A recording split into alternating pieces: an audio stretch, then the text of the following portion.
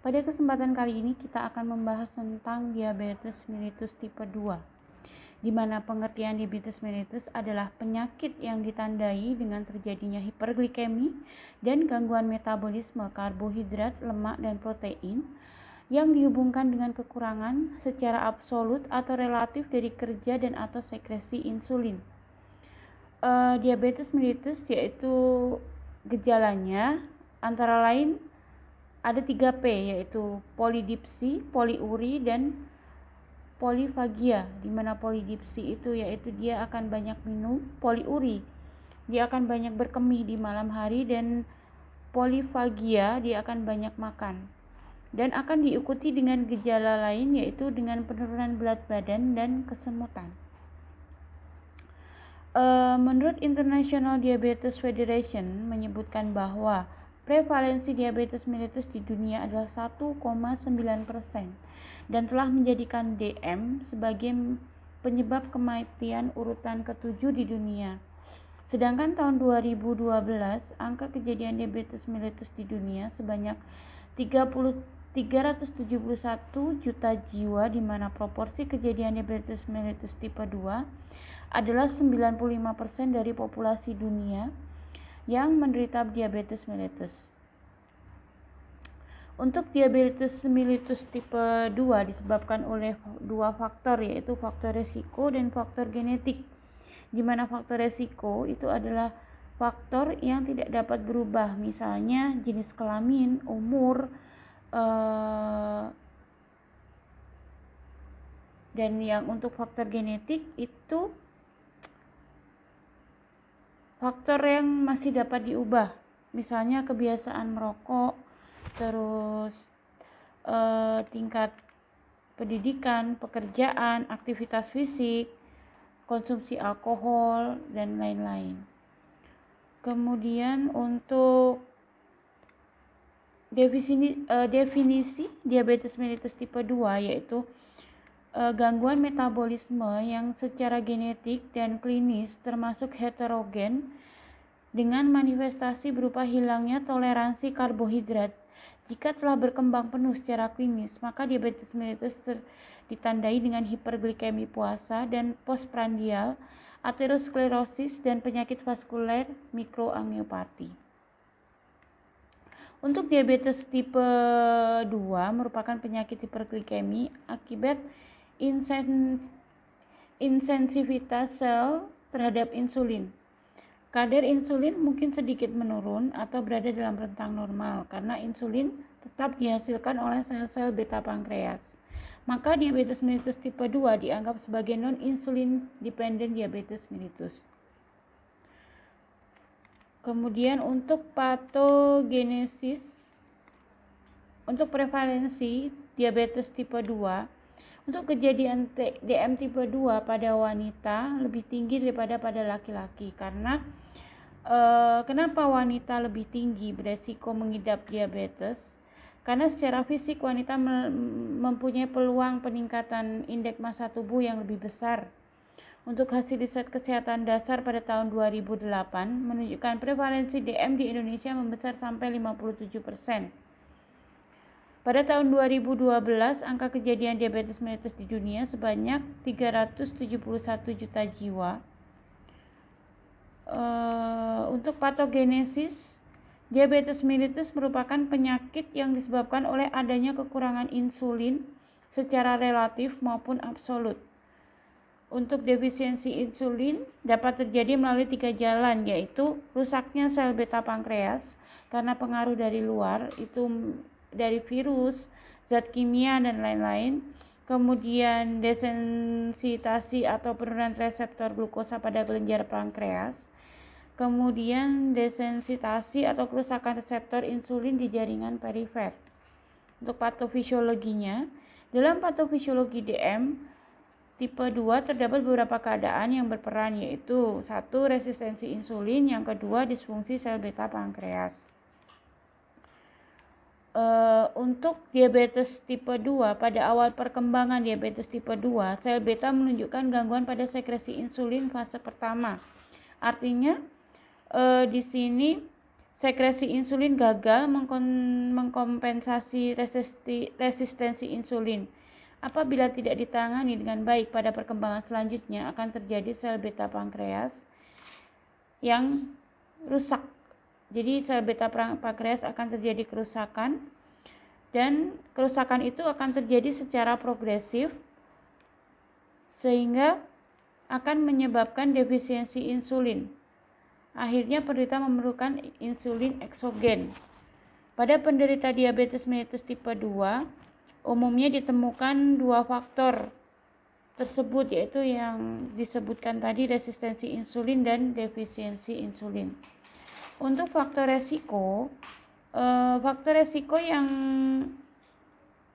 berkaitan dengan DM tipe 2 yaitu faktor resiko yang tidak dapat diubah dan faktor resiko yang dapat diubah. Untuk faktor resiko yang tidak dapat diubah yaitu tadi ya, seperti umur, jenis kelamin, itu adalah faktor resiko yang tidak dapat diubah. Sedangkan faktor resiko yang dapat diubah itu dari kebiasaan, obesitas, itu faktor resiko yang dapat diubah. Kemudian untuk obesitas sendiri, ini terdapat korelasi bermakna antara obesitas dengan kadar glukosa pada derajat kegemukan atau IMT lebih dari 23 dapat menyebabkan peningkatan kadar glukosa darah menjadi 200 mg/sen. Untuk hipertensi, peningkatan tekanan darah berhubungan erat dengan tidak tepatnya penyimpanan garam dan air atau meningkatnya tekanan dari dalam tubuh ke sirkulasi pembuluh darah perifer. Yang selanjutnya yaitu riwayat keluarga dengan diabetes mellitus. Ini seorang yang menderita diabetes mellitus diduga mempunyai gen diabetes. Diduga bahwa bakat diabetes merupakan gen resesif. Hanya orang yang bersifat homozigot dan gen resesif tersebut yang menderita. Kemudian umur. Untuk umur, menurut penelitian, usia yang terbanyak terkena diabetes mellitus itu adalah di atas 45 tahun. Kemudian ada riwayat persalinan, riwayat abortus berulang, melahirkan bayi cacat atau berat badan bayi lebih dari 4 kg. Kemudian ada faktor genetik, selanjutnya ada alkohol dan perokok. Kemudian untuk alkohol ini hubungannya yaitu dengan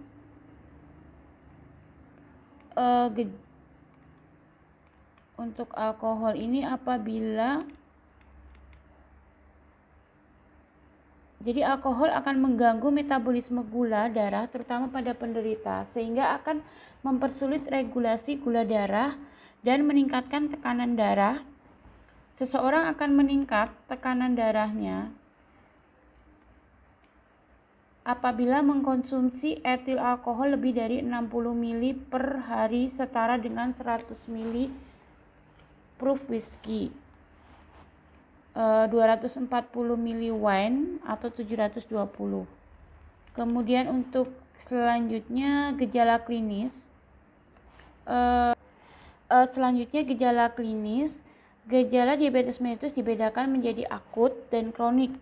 Untuk gejala akut yaitu polipagia, banyak makan, polidipsi, banyak minum, dan poliuri, banyak kencing atau sering kencing di malam hari. Untuk gejala kronisnya sendiri itu seperti kesemutan, kulit terasa panas seperti tertusuk jarum, mudah mengantuk, pandangan kabur, gigi mudah goyah atau mudah lepas, kemampuan seksual menurun. Bahkan untuk pria bisa terjadi impotensi, dan pada ibu hamil sering keguguran atau kematian janin dalam kandungan dengan bayi berat lahir lebih dari 4 kg. Untuk penegakan diagnosis untuk DM ini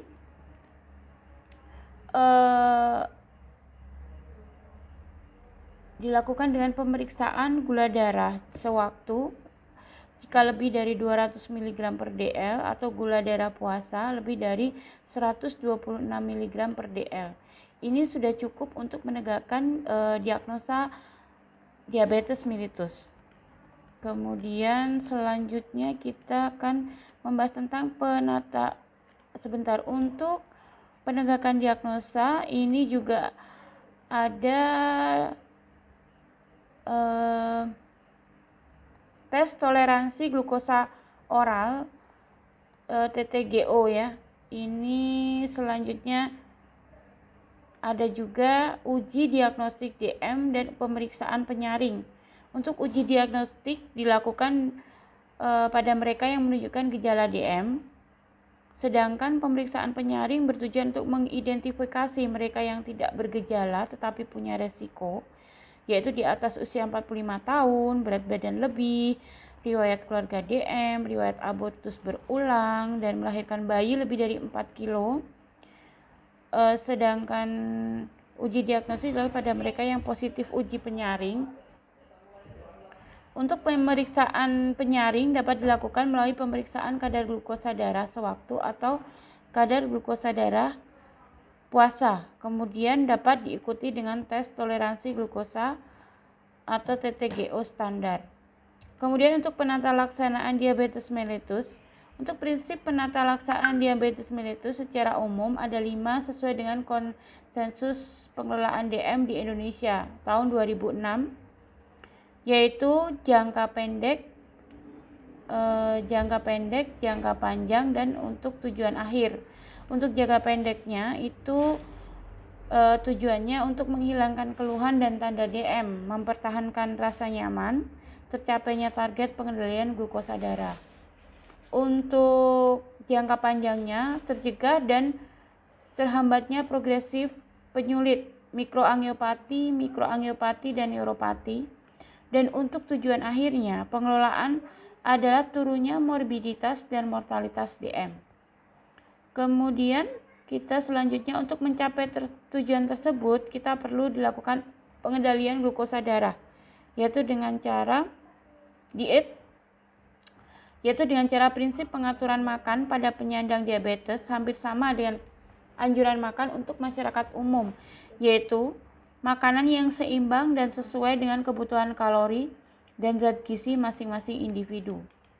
Kemudian selanjutnya untuk exercise atau latihan fisik, dianjurkan latihan secara teratur 3-4 kali seminggu selama kurang lebih 30 menit dan sifatnya sesuai dengan continue, ritmikal, interval progresif, endurance.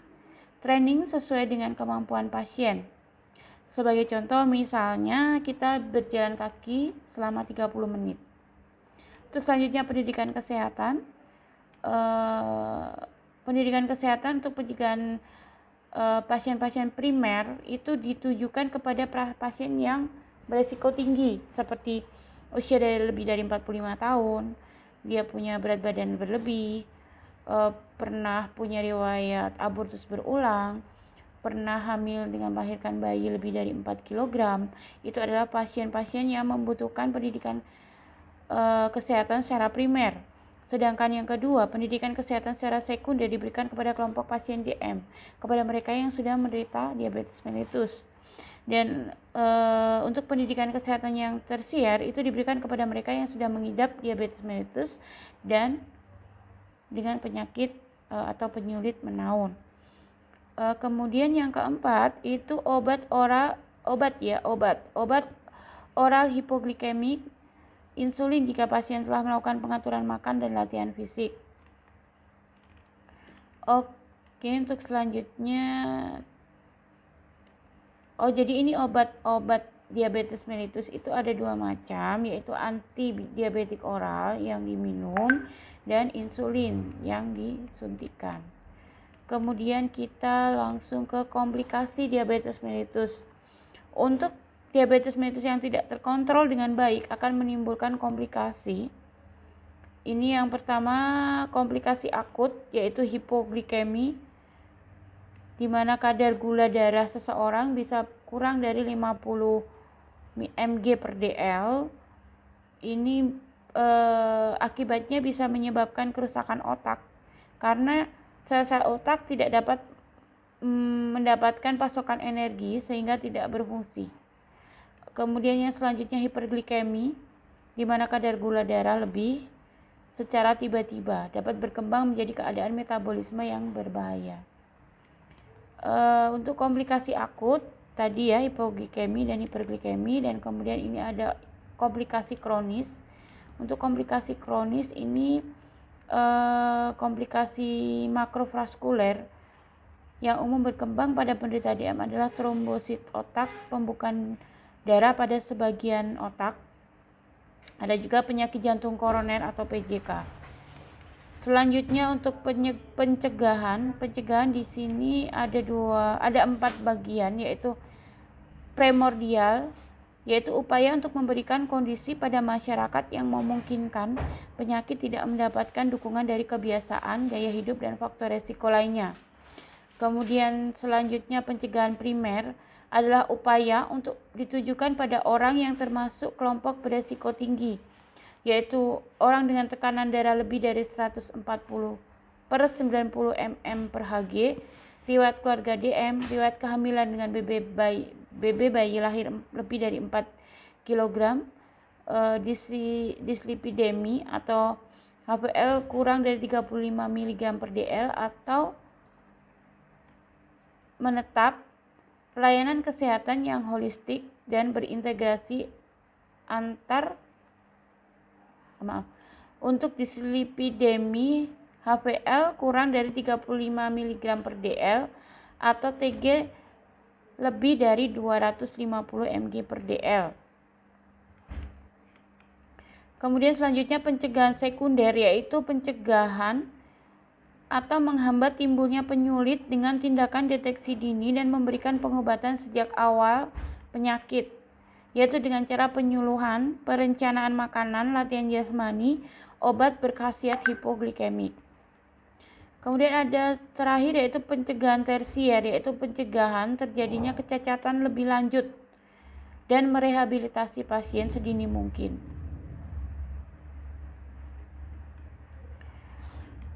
Kemudian kita ke terakhir yaitu kesimpulan. Di sini kesimpulan bahwa diabetes mellitus tipe 2 adalah penyakit gangguan metabolik yang ditandai dengan kenaikan gula darah akibat penurunan sekresi insulin oleh sel beta pankreas dan atau gangguan fungsi insulin yang terjadi melalui 3 cara, yaitu rusaknya sel beta pankreas karena pengaruh dari luar, penurunan reseptor glukosa pada kelenjar pankreas, dan atau kerusakan reseptor insulin di jaringan. Untuk penderita diabetes mellitus biasanya mengeluhkan gejala khas seperti polifagia, banyak makan, polidipsi, banyak minum, dan poliuri, banyak kencing. Kemudian untuk berdasarkan hasil riset kesehatan dasar pada tahun 2008, prevalensi DM, peningkatan kejadian diabetes mellitus tipe 2 ditimbulkan oleh faktor-faktor seperti riwayat diabetes mellitus dalam keluarga, umur, obesitas, tekanan darah tinggi, dislipidemi, toleransi glukosa terganggu, kurang aktivitas, riwayat DM pada kehamilan. Kemudian untuk menegakkan diagnosis untuk diabetes tipe 2 yaitu dengan cara cek gula darah jika darah sewaktu lebih dari 200 mg per dl dan gula darah puasa lebih dari 126 mg per dl. Untuk penata laksanaan diabetes mellitus dapat dilakukan dengan pemulihan obat oral, hiperglikemik, dan insulin, serta modifikasi gaya hidup dan olahraga teratur untuk menghindari komplikasi seperti ketoasidosis diabetik, koma hiperosmoler non-ketotik, dan kemolaktoasidosis atau penyakit jantung. Ya, demikian penjelasan dari saya. Terima kasih, untuk kurang lebihnya mohon maaf. Assalamualaikum warahmatullahi wabarakatuh. Aktif dari kerja dan atau sekresi insulin. Diabetes mellitus yaitu gejalanya antara lain ada 3P, yaitu polidipsi, poliuri, dan polifagia. Di mana polidipsi itu yaitu dia akan banyak minum, poliuri dia akan banyak berkemih di malam hari, dan polifagia dia akan banyak makan. Dan akan diikuti dengan gejala lain yaitu dengan penurunan berat badan dan kesemutan. Menurut International Diabetes Federation menyebutkan bahwa prevalensi diabetes mellitus di dunia adalah 1,9% dan telah menjadikan DM sebagai penyebab kematian urutan ke-7 di dunia. Sedangkan tahun 2012, angka kejadian diabetes mellitus di dunia sebanyak 371 juta jiwa, di mana proporsi kejadian diabetes mellitus tipe 2 adalah 95% dari populasi dunia yang menderita diabetes mellitus. Untuk diabetes mellitus tipe 2 disebabkan oleh dua faktor, yaitu faktor resiko dan faktor genetik, di mana faktor resiko itu adalah faktor yang tidak dapat berubah, misalnya jenis kelamin, umur, dan yang untuk faktor genetik itu faktor yang masih dapat diubah, misalnya kebiasaan merokok, terus tingkat pendidikan, pekerjaan, aktivitas fisik, konsumsi alkohol, dan lain-lain. Kemudian untuk definisi diabetes mellitus tipe 2 yaitu gangguan metabolisme yang secara genetik dan klinis termasuk heterogen dengan manifestasi berupa hilangnya toleransi karbohidrat. Jika telah berkembang penuh secara klinis, maka diabetes mellitus ditandai dengan hiperglikemi puasa dan postprandial, aterosklerosis, dan penyakit vaskuler mikroangiopati. Untuk diabetes tipe 2 merupakan penyakit hiperglikemi akibat insensitivitas sel terhadap insulin. Kadar insulin mungkin sedikit menurun atau berada dalam rentang normal karena insulin tetap dihasilkan oleh sel-sel beta pankreas. Maka diabetes mellitus tipe 2 dianggap sebagai non-insulin dependent diabetes mellitus. Kemudian untuk patogenesis, untuk prevalensi diabetes tipe 2, untuk kejadian DM tipe 2 pada wanita lebih tinggi daripada pada laki-laki. Karena kenapa wanita lebih tinggi beresiko mengidap diabetes? Karena secara fisik wanita mempunyai peluang peningkatan indeks massa tubuh yang lebih besar. Untuk hasil riset kesehatan dasar pada tahun 2008 menunjukkan prevalensi DM di Indonesia membesar sampai 57%. Pada tahun 2012, angka kejadian diabetes mellitus di dunia sebanyak 371 juta jiwa. Untuk patogenesis, diabetes mellitus merupakan penyakit yang disebabkan oleh adanya kekurangan insulin secara relatif maupun absolut. Untuk defisiensi insulin dapat terjadi melalui 3 jalan, yaitu rusaknya sel beta pankreas karena pengaruh dari luar, itu dari virus, zat kimia, dan lain-lain. Kemudian desensitasi atau penurunan reseptor glukosa pada kelenjar pankreas. Kemudian desensitasi atau kerusakan reseptor insulin di jaringan perifer. Untuk patofisiologinya, dalam patofisiologi DM tipe 2 terdapat beberapa keadaan yang berperan, yaitu 1. Resistensi insulin, yang kedua disfungsi sel beta pankreas. Untuk diabetes tipe 2, pada awal perkembangan diabetes tipe 2, sel beta menunjukkan gangguan pada sekresi insulin fase pertama. Artinya di sini sekresi insulin gagal mengkompensasi resistensi insulin. Apabila tidak ditangani dengan baik, pada perkembangan selanjutnya akan terjadi sel beta pankreas yang rusak. Jadi sel beta pankreas akan terjadi kerusakan, dan kerusakan itu akan terjadi secara progresif sehingga akan menyebabkan defisiensi insulin. Akhirnya penderita memerlukan insulin eksogen.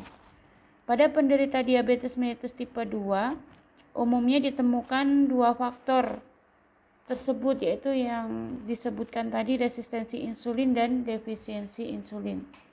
Untuk faktor resiko yang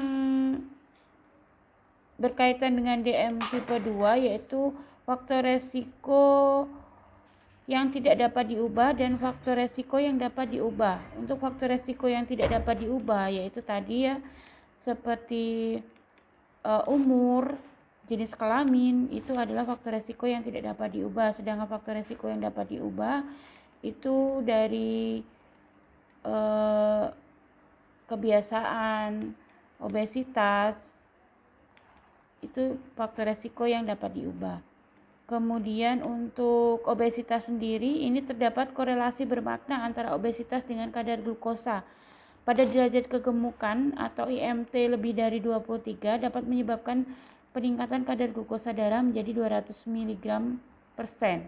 Untuk hipertensi, peningkatan tekanan darah berhubungan erat dengan tidak tepatnya penyimpanan garam dan air atau meningkatnya tekanan dari dalam tubuh ke sirkulasi pembuluh darah perifer.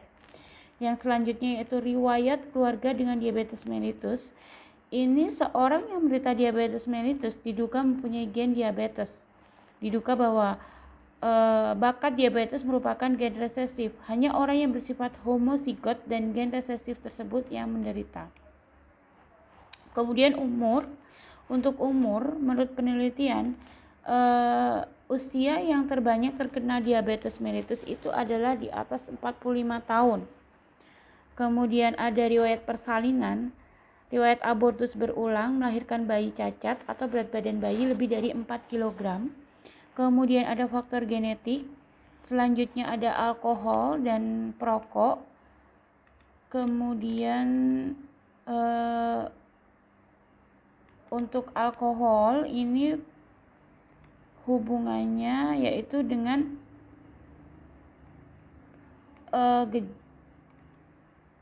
untuk alkohol ini apabila jadi alkohol akan mengganggu metabolisme gula darah terutama pada penderita sehingga akan mempersulit regulasi gula darah dan meningkatkan tekanan darah. Seseorang akan meningkat tekanan darahnya apabila mengkonsumsi etil alkohol lebih dari 60 ml per hari setara dengan 100 ml proof whiskey, 240 ml wine atau 720. Kemudian untuk selanjutnya gejala klinis. Gejala diabetes mellitus dibedakan menjadi akut dan kronik. Untuk gejala akut yaitu polipagia, banyak makan, polidipsi, banyak minum, dan poliuri, banyak kencing atau sering kencing di malam hari. Untuk gejala kronisnya sendiri itu seperti kesemutan, kulit terasa panas seperti tertusuk jarum, mudah mengantuk, pandangan kabur, gigi mudah goyah atau mudah lepas, kemampuan seksual menurun, bahkan untuk pria bisa terjadi impotensi, dan pada ibu hamil sering keguguran atau kematian janin dalam kandungan dengan bayi berat lahir lebih dari 4 kg. Untuk penegakan diagnosis untuk DM ini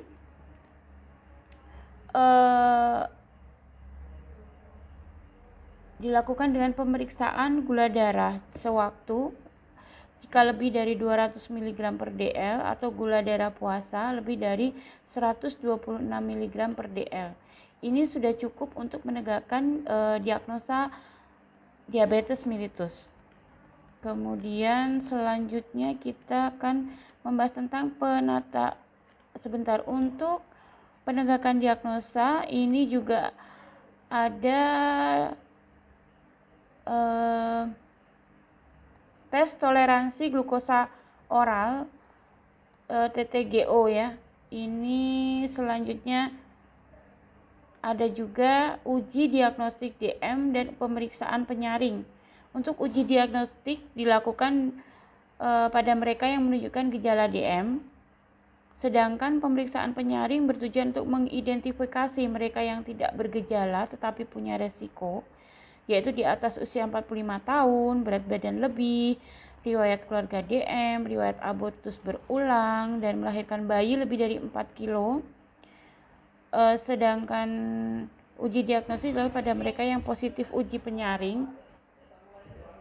Untuk pemeriksaan penyaring dapat dilakukan melalui pemeriksaan kadar glukosa darah sewaktu atau kadar glukosa darah puasa. Kemudian dapat diikuti dengan tes toleransi glukosa atau TTGO standar. Kemudian untuk penata laksanaan diabetes mellitus, untuk prinsip penata laksanaan diabetes mellitus secara umum ada 5 sesuai dengan konsensus pengelolaan DM di Indonesia tahun 2006, yaitu jangka pendek, jangka panjang, dan untuk tujuan akhir. Untuk jangka pendeknya itu tujuannya untuk menghilangkan keluhan dan tanda DM, mempertahankan rasa nyaman, tercapainya target pengendalian glukosa darah. Untuk jangka panjangnya, tercegah dan terhambatnya progresif penyulit, mikroangiopati, dan neuropati. Dan untuk tujuan akhirnya, pengelolaan adalah turunnya morbiditas dan mortalitas DM. Kemudian kita selanjutnya untuk mencapai tujuan tersebut, kita perlu dilakukan pengendalian glukosa darah, yaitu dengan cara diet, yaitu dengan cara prinsip pengaturan makan pada penyandang diabetes hampir sama dengan anjuran makan untuk masyarakat umum, yaitu makanan yang seimbang dan sesuai dengan kebutuhan kalori dan zat gizi masing-masing individu. Kemudian selanjutnya untuk exercise atau latihan fisik, dianjurkan latihan secara teratur 3-4 kali seminggu selama kurang lebih 30 menit dan sifatnya sesuai dengan continue, ritmikal, interval progresif, endurance. Training sesuai dengan kemampuan pasien. Sebagai contoh, misalnya kita berjalan kaki selama 30 menit. Untuk selanjutnya pendidikan kesehatan. Pendidikan kesehatan untuk pencegahan pasien-pasien primer itu ditujukan kepada pasien yang berisiko tinggi, seperti usia lebih dari 45 tahun, dia punya berat badan berlebih, pernah punya riwayat abortus berulang, pernah hamil dengan melahirkan bayi lebih dari 4 kg. Itu adalah pasien-pasien yang membutuhkan pendidikan kesehatan secara primer. Sedangkan yang kedua, pendidikan kesehatan secara sekunder diberikan kepada kelompok pasien DM, kepada mereka yang sudah menderita diabetes mellitus. Dan untuk pendidikan kesehatan yang tersier itu diberikan kepada mereka yang sudah mengidap diabetes mellitus dan dengan penyakit atau penyulit menaun. Kemudian yang keempat itu obat oral hipoglikemik, insulin jika pasien telah melakukan pengaturan makan dan latihan fisik. Oke, untuk selanjutnya, jadi ini obat diabetes mellitus itu ada 2 macam, yaitu anti-diabetik oral yang diminum dan insulin yang disuntikan. Kemudian kita langsung ke komplikasi diabetes mellitus. Untuk diabetes mellitus yang tidak terkontrol dengan baik akan menimbulkan komplikasi. Ini yang pertama, komplikasi akut, yaitu hipoglikemi, di mana kadar gula darah seseorang bisa kurang dari 50 mg per dl. Ini akibatnya bisa menyebabkan kerusakan otak, karena sel-sel otak tidak dapat mendapatkan pasokan energi sehingga tidak berfungsi. Kemudian yang selanjutnya hiperglikemi, di mana kadar gula darah lebih secara tiba-tiba dapat berkembang menjadi keadaan metabolisme yang berbahaya. Untuk komplikasi akut tadi ya, hipoglikemi dan hiperglikemi, dan kemudian ini ada komplikasi kronis. Untuk komplikasi kronis ini komplikasi makrovaskuler yang umum berkembang pada penderita DM adalah trombosit otak, pembukaan darah pada sebagian otak. Ada juga penyakit jantung koroner atau PJK. Selanjutnya untuk pencegahan di sini ada 4 bagian, yaitu primordial, yaitu upaya untuk memberikan kondisi pada masyarakat yang memungkinkan penyakit tidak mendapatkan dukungan dari kebiasaan, gaya hidup, dan faktor resiko lainnya. Kemudian selanjutnya pencegahan primer adalah upaya untuk ditujukan pada orang yang termasuk kelompok beresiko tinggi, yaitu orang dengan tekanan darah lebih dari 140/90 mm per Hg, riwayat keluarga DM, riwayat kehamilan dengan BB bayi lahir lebih dari 4 kg, dislipidemi atau HPL kurang dari 35 mg per dl, atau menetap pelayanan kesehatan yang holistik dan berintegrasi untuk dislipidemi HPL kurang dari 35 mg per dl atau TG lebih dari 250 mg per dl. Kemudian selanjutnya pencegahan sekunder, yaitu pencegahan atau menghambat timbulnya penyulit dengan tindakan deteksi dini dan memberikan pengobatan sejak awal penyakit, yaitu dengan cara penyuluhan, perencanaan makanan, latihan jasmani, obat berkhasiat hipoglikemik. Kemudian ada terakhir yaitu pencegahan tersier, yaitu pencegahan terjadinya kecacatan lebih lanjut dan merehabilitasi pasien sedini mungkin.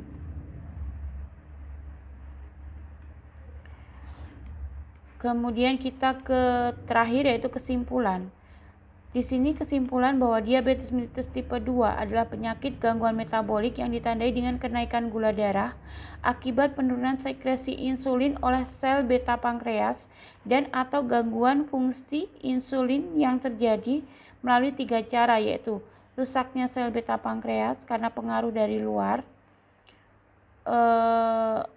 penurunan reseptor glukosa pada kelenjar pankreas, dan atau kerusakan reseptor insulin di jaringan. Untuk penderita diabetes mellitus biasanya mengeluhkan gejala khas seperti polifagia, banyak makan, polidipsi, banyak minum, dan poliuri, banyak kencing. Kemudian untuk berdasarkan hasil riset kesehatan dasar pada tahun 2008, prevalensi DM, peningkatan kejadian diabetes mellitus tipe 2 ditimbulkan oleh faktor-faktor seperti riwayat diabetes mellitus dalam keluarga, umur, obesitas, tekanan darah tinggi, dislipidemi, toleransi glukosa terganggu, kurang aktivitas, riwayat DM pada kehamilan. Kemudian untuk menegakkan diagnosis